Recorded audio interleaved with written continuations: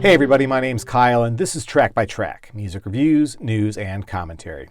Tears for Fears is a band that I feel like I've long had a sort of unconscious emotional connection with. So much of their music seems to be part of the soundtrack of my life. When Songs from the Big Chair came out, I remember listening to the cassette endlessly on a 1,000-mile road trip to Colorado.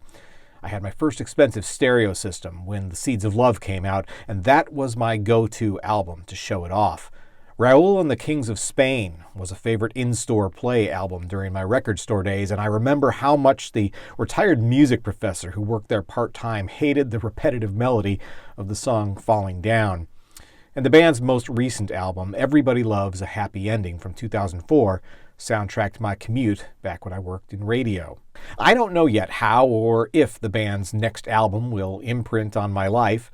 The Tipping Point is Tears for Fears' long-awaited 7th album, finally announced to be released on February 25th of next year, still more than 5 months away.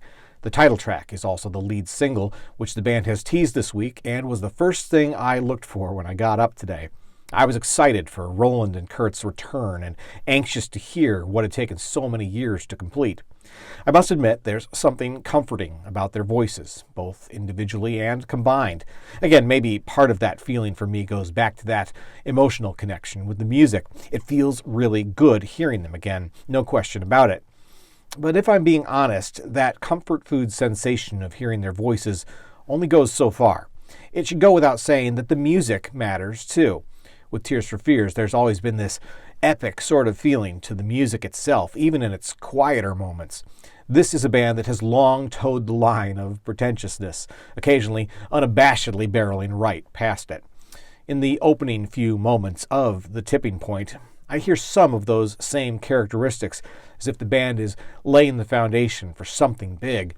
Unfortunately, something big never arrives. Instead, we get drum machines and synthesizers, providing an unexpectedly glossy contrast to Roland and Kurt's ageless vocals. Perhaps unexpected isn't entirely accurate. The band took a similarly electronic approach on their last new song, I Love You But I'm Lost, from their 2017 Greatest Hits collection. I found that song to be fairly disposable, as Greatest Hits add-on tracks often are. Still, I'm discouraged to hear them continuing in that same direction now 4 years later. If you extracted the vocals, you'd be certain you were hearing a new song from Coldplay, or even recent Depeche Mode.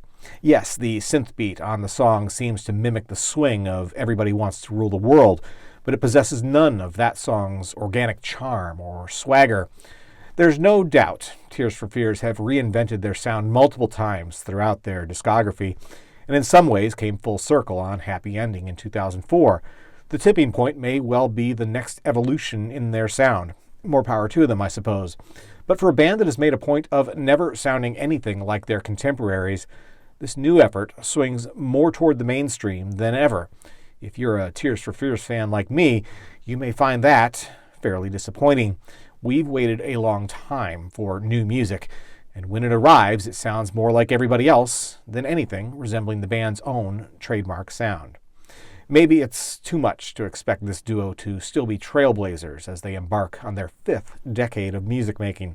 Truth be told, I'm generally okay with legacy acts treading water, so to speak, and continuing to play in the same familiar waters when they're well past their commercial prime. But it's still disheartening to see leaders become followers. To that end, here's hoping The Tipping Point, the song, isn't representative of what we can expect to hear from The Tipping Point, the album, in 2022. Once again, my name is Kyle, and this has been Track by Track. If you like this video, please be sure to give it a thumbs up. Plus, check out some of these other videos below that I think you might also enjoy.